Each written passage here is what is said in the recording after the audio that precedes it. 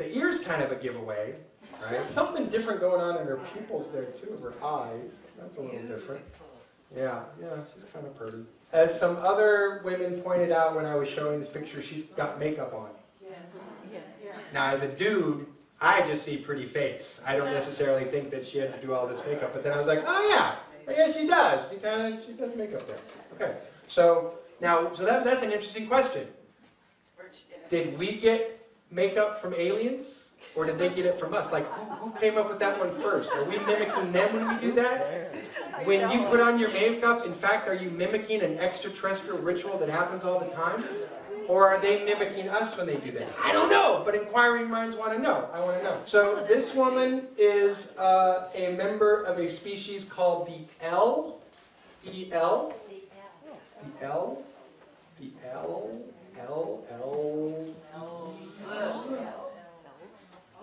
This is where we start crossing paths between mythology, legend, and reality. Okay? I could not tell you, but the person who I got this picture from said that they talked to the person who took this photograph. This was apparently taken on planet Earth, and she was apparently here. That's some, Earth trees and stuff in the background.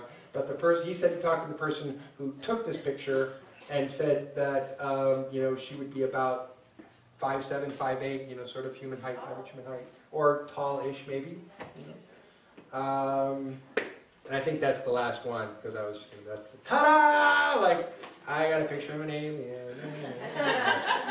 But it's interesting, right, how she doesn't look as alien as some aliens could look, because we've certainly seen photographs of Zetas and so forth, and they look very different. She looks a lot more like us.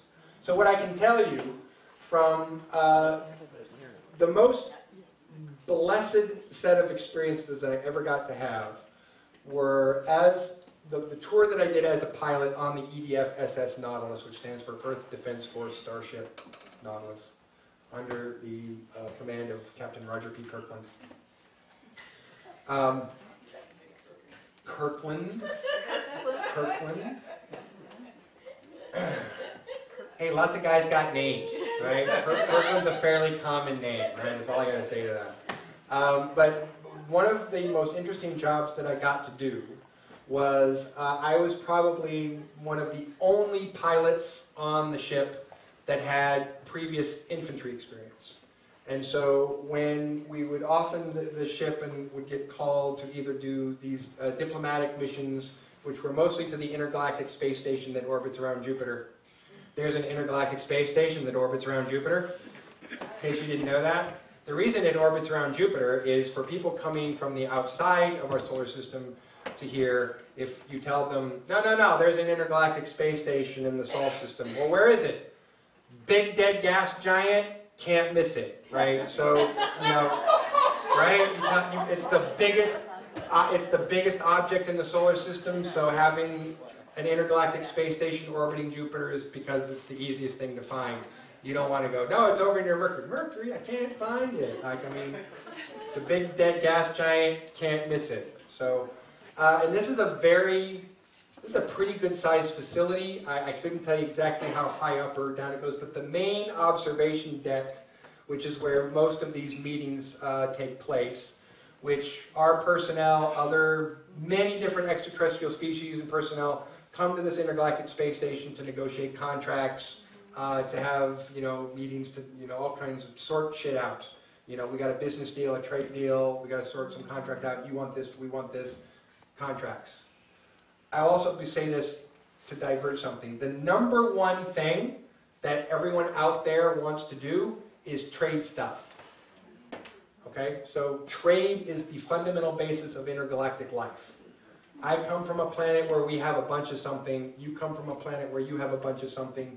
I could use some of what you have. You probably want some of what I have. Let's make a trade deal.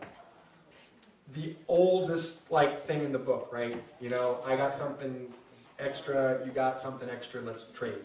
So that is the number one thing that people get out there to do is trade. So probably one of the main things that we do now in our conversations with other species is discussing trade.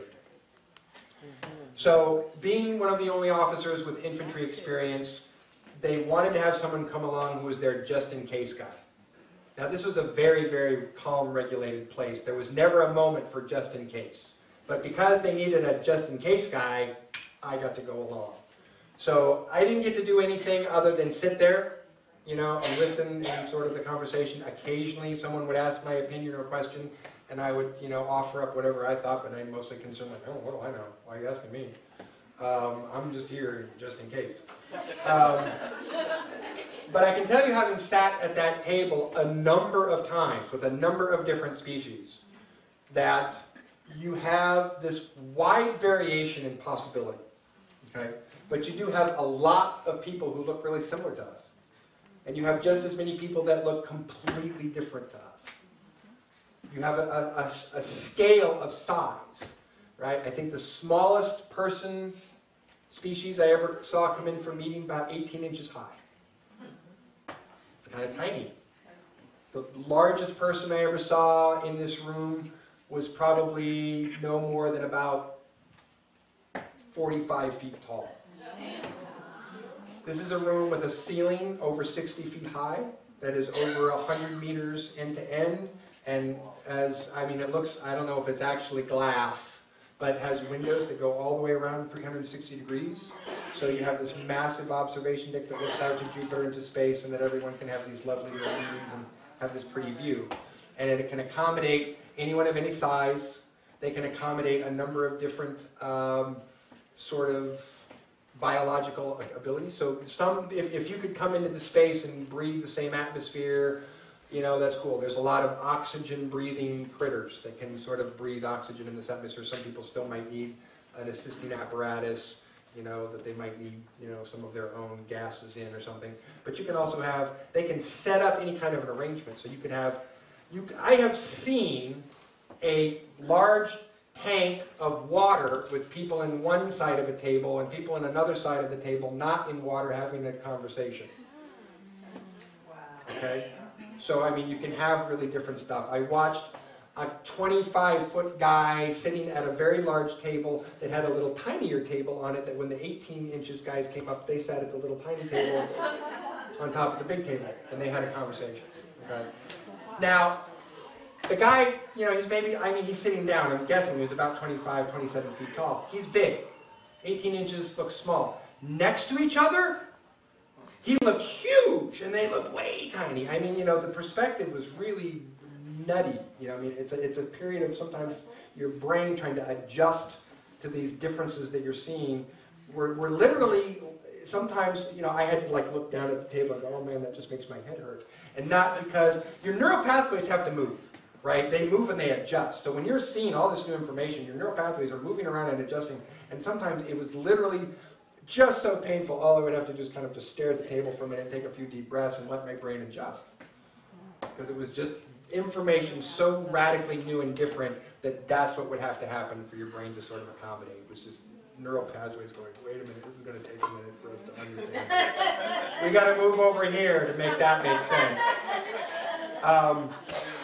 But what I can tell you is what an amazing process that we engage in this continuous conversation with other species, mostly for trade.